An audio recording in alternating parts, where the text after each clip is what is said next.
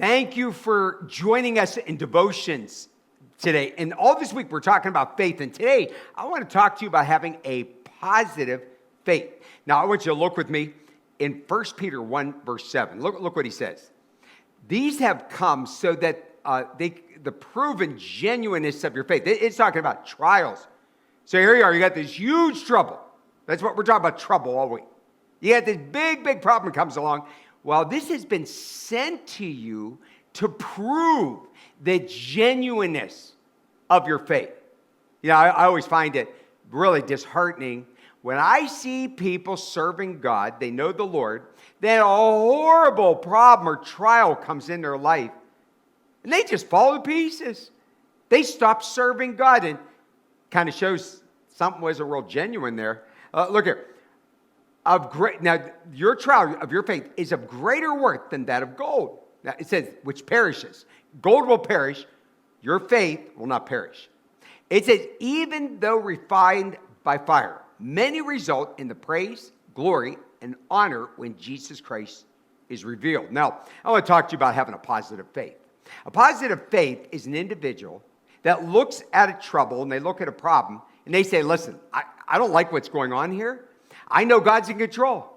Right now, I'm believing he's going to help me through this. I don't like this, but I believe that God is going to be glorified through this problem. There are life-appointed storms that are going to come into your life. Then you got one of two choices. You are either going to break down and fall to pieces, or you are going to break through and come to a whole new level in your walk, in your faith in the Lord. Faith took Colonel Sanders. There he was, a man in his 60s, making $105 a month. And he turned his $105 a month into his little chicken business. Wasn't so little, $285 billion business. Imagine, $285 billion. That's crazy. That's what you can do by faith. What is it that you need to do by faith? Now, look, you can't go anywhere unless you do this. Mark 11:24. Therefore, I tell you, whatever you ask for in prayer, believe that you have received it. You see that? You got to believe that God's already given it to you before you get it. And it will be yours. God's just looking for people that believe in him. Jesus said, if you just had the faith of a small mustard seed, he said, you could move unbelievable mountains. If you believe. But the problem is we don't believe. The most important number one conversation that you have every day is your conversation in prayer.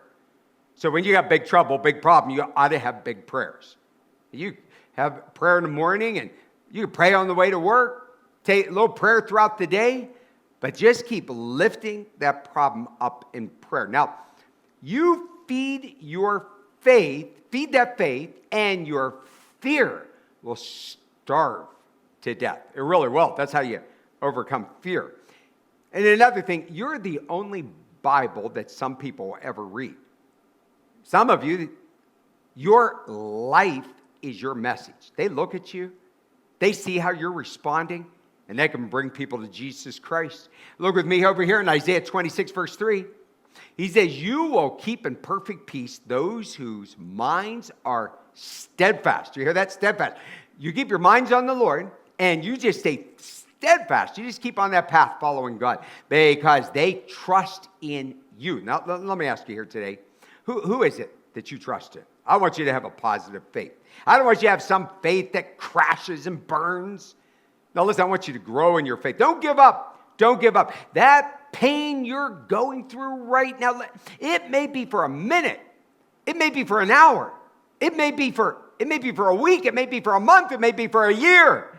But the rewards and the glory that is going to be received if you pass the test, it's going to last forever because you are going to live forever. So this is what I want you to say. I want you to say the rest of my life is going to be the best of my life.